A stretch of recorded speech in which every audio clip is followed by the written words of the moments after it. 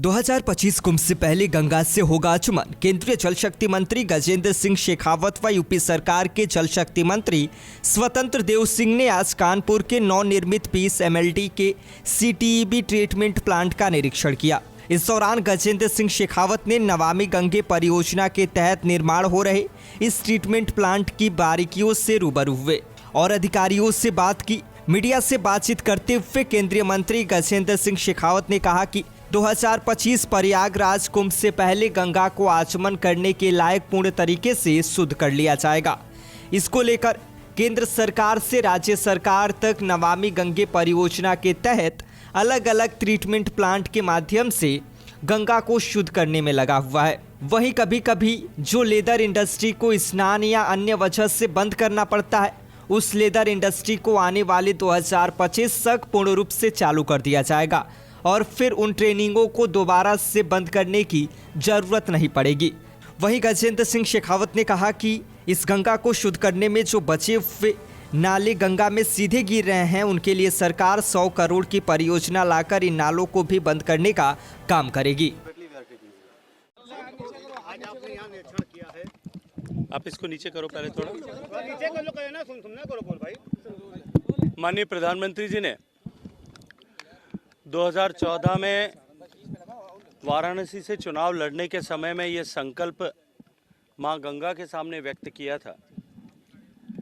कि गंगा को अविरल और निर्मल बनाने के लिए जो प्रयास पिछले दशकों से आधे अधूरे मन से आधी अधूरी तैयारी के साथ में किए गए थे, उसका परिणाम नहीं आया और मां गंगा ने मुझे अपनी सेवा का अवसर प्रदान किया है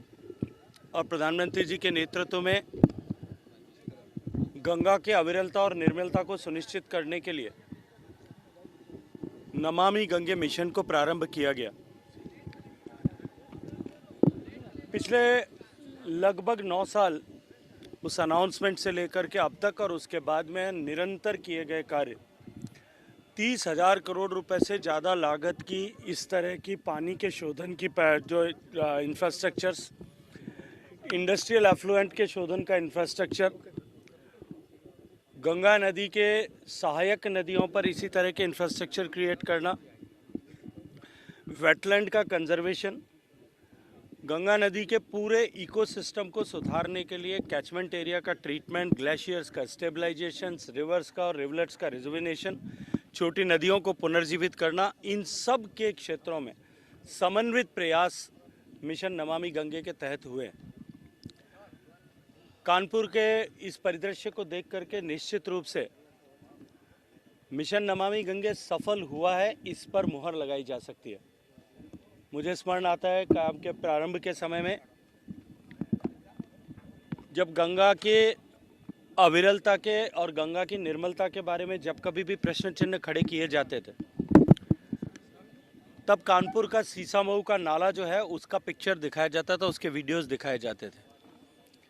लेकिन आज वो सीसामऊ का नाला जो 14 करोड़ लीटर पानी रोज नदी में प्रत्यक्ष रूप से गंदा पानी, सूवेज का पानी छोड़ता था, आज वो एक पिकनिक स्पॉट जैसा बन गया है। कानपुर की लेदर इंडस्ट्री जो विश्वविख्यात है, यहाँ प्रॉपर सूवेज जो है इंडस्ट्री का एफ्लुएंट ट्रीटमेंट प्लांट न होने के कारण से, जो पुराना एफ्लुएंट ट्रीटमेंट प्लांट है वो केवल 9 MLD का था। उसकी सीमितता के चलते हुए यहाँ के उद्योगों को जो है सरकारों ने, विभिन्न न्यायालयों ने आधे अधूरे कैपेसिटी पर चलाने के निर्देश दिए थे। अनेक इंडस्ट्रीज़ नॉन कंप्लाइंट होने के कारण से बंद कर दी गई थी और ये पुराना कॉमन एफ्लुएंट ट्रीटमेंट प्लांट भी प्रॉपर तरीके से एफ्लुएंट को ट्रीट नहीं कर पा रहा था। ये लगभग 625 करोड़ रुपए लागत का एशिया का सबसे बड़ा टैनरी सेक्टर का एफ्लुएंट ट्रीटमेंट प्लांट माननीय प्रधानमंत्री जी के आशीर्वाद से यहाँ कानपुर में बना, जिसमें 20 MLD पानी को ट्रीट करके और उसको जो है जिस तरह के विश्व स्तरीय मानक है, उन विश्व स्तरीय मानकों पर पानी को ला करके और बाद में इससे निकलने वाले सारे पानी को सूवेज के ट्रीटेड पानी के साथ में मिक्स करके सारे के सारे पानी को जो है वो अब खेतों में सिंचाई के लिए भेजा जा रहा है। जहां पहले इन इस एफ्लुएंट ट्रीटमेंट प्लांट के न होने के चलते हुए जो जहरीला पानी टैनरीज से जाता था, वो जहरीला पानी जाने के कारण से कानपुर में जलीय जीवन गंगा जी में लगभग समाप्त हो गया था। गंगा जी में जो है कानपुर में ऐसा कहा जाता था कि कानपुर में उंगली हाथ को पानी में डुबो करके बाहर निकालो तो उंगलियों का रंग बदल जाता था। किसी भी तरह का कोई जीव जो है, नदी में रहने वाला जीवन जो है, वो यहाँ संभव नहीं था। आज जब से ये प्रदूषित पानी जाना समाप्त हुआ है और माननीय प्रधानमंत्री जी के प्रयासों से जिस तरह से गंगा नदी की निर्मलता वापस पुनर्स्थापित हुई है,